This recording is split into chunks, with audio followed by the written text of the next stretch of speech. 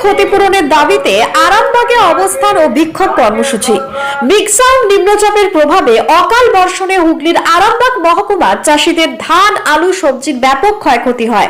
কৃষকদের ক্ষতিপূরণের দাবিতে বৃহস্পতিবার দুপুরে আরামবাগের বাম সংগঠন আরামবাগ এবং গোঘাট থানা কৃষক সমিতি এবং সারা ভারত ক্ষেত মজুর ইউনিয়নের অবস্থান এবং বিক্ষোভ কর্মসূচি অনুষ্ঠিত হয় নেতাজি স্কোয়ার সংলগ্ন এলাকায়।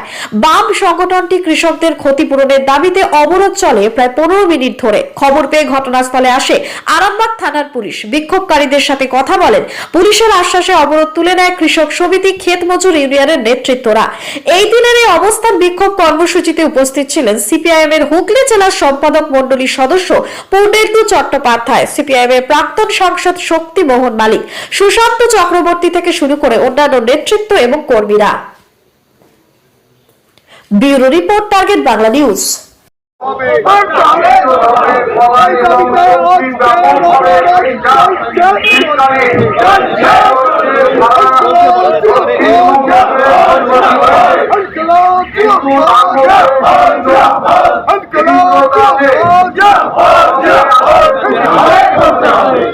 ডিসেম্বর মাসের 6, 7, 8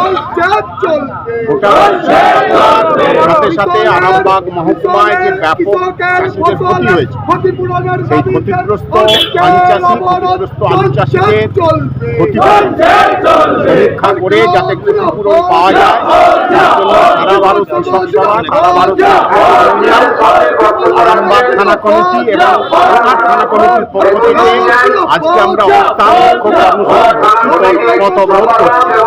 আমাদের দাবি, আলু চাষীদের যারা সম্পূর্ণ ক্ষতিগ্রস্ত তাদের 20,000 টাকা ক্ষতিপূরণ দিতে হবে, আংশিকদের 10,000 টাকা, ধান চাষীদের 15,000 টাকা এবং আংশিক 8,000 টাকা, আর অন্যান্য যে সমস্ত ক্ষতিগ্রস্ত হয়েছে তদন্ত করে সমীক্ষা করে তাদের ক্ষতিপূরণে হবে। এটা হচ্ছে আমাদের সরকারের কাছে দাবি। এই দাবিতে আমরা তাৎক্ষণিক আলোচনা করে আমরা আরামবাগের নেতাজি স্কোয়ারে আজকে বেলা 3টে থেকে আমরা অবস্থান করছি। আপনার নাম? আমার নাম উত্তম সামন্ত, আমি সারা ভারত ক্ষেত মজুর ইউনিয়ন হুগলি জেলার সহ-সম্পাদক। ডিসেম্বরের 6, 7, 8 জনিত যে নিম্নচাপের কারণে বৃষ্টি হয়েছে তাতে আরামবাগ কৃষকদের ব্যাপক ক্ষয়ক্ষতি হয়েছে। আলু নষ্ট হয়ে গেছে। সরকার কোনো ক্ষতিপূরণ দেবে না, তার কোনো নিশ্চয়তা নেই। উল্টে আমাদের রাজ্যের কৃষিমন্ত্রী বলেছে কৃষকদের আমরা টাকা দিচ্ছি, ক্ষতিপূরণ আবার কি? যা ক্ষতি হয়েছে ক্ষতির সরকার পাশে না দাঁড়ায় তাহলে কৃষকরা বাঁচতে পারবে না। আর কৃষকরা যখন আজ আন্দোলন করছে তখন কৃষকদের চাষিদেরকে অপমানজনক কথাবার্তা বলছে প্রশাসনের অধিকারীরা। কিন্তু কৃষককে সম্মান না করুক, ক্ষেত মজুরকে সম্মান না করুক, কিন্তু তাদের অসম্মান করার অধিকার কারণ নাই। কোন প্রশাসন, কোন মানুষের কৃষক, ক্ষেত মজুর, গরিব মানুষকে অসম্মান করার অধিকার তাদের কেউ দেয়নি। তাদেরকে সম্মান করতে হবে। ভাবি এই যে কৃষকদের ক্ষতিপূরণ আমরা দাবি করেছি, আলুতে বিঘা প্রতি 20,000 টাকা দিতে হবে, আংশিক হলে 10,000 টাকা দিতে হবে, ধানের পূর্ণ ক্ষতি হলে 15,000 টাকা দিতে হবে, আংশিক ক্ষতি হলে 8,000 টাকা দিতে হবে। আর সবজি চাষের জন্য সরকারকে সব রকমের সাহায্য করতে হবে এবং যথেষ্ট পরিমাণে শস্য বীমা চালু করতে হবে। কতক্ষণ আপনাদের বিক্ষোভ চলবে? আপনাদের এই পথ অবরোধ? আমাদের পথ অবরোধ আমরা তো প্রতীকী করছি। পুলিশ প্রশাসন এসে যদি আমাদের অনুরোধ করে আমরা বলবো আমাদের দাবিগুলো সরকারের কাছে তারা পৌঁছে দিক। আমরা ইতিমধ্যে বিডিওর কাছে ডেপুটেশন দিয়েছি, ওনারাও স্বীকার করেছেন। সেই অবস্থায় আমাদের এই অবস্থান বিক্ষোভ এবং অবরোধ কর্মসূচি আমরা গ্রহণ করতে বাধ্য হয়েছি। আপনার সারা রাজ্যই এটা চলছে। আপনার পরিচয়? আমি প্রাদেশিক কৃষক সভার কাউন্সিল সদস্য এবং হুগলি জেলা কৃষক সভার দাবি নিয়ে আজকে প্রথমে ডিসেম্বরের 6 ও 7 তারিখে আমাদের এই হুগলি জেলার আরামবাগ মহকুমায় যে কৃষকের যে ব্যাপক ক্ষয়ক্ষতি হয়েছে, আলু চাষি, ধান চাষি, সবজি চাষি, তাদের যে ব্যাপক ক্ষয়ক্ষতি এবং এই ক্ষয়ক্ষতি অপূরণীয়। তারপরে কোনো রকম চাল দানা এই যে ক্ষয়ক্ষতি পূরণের জন্য কোনো রকম ভাবনা চিন্তা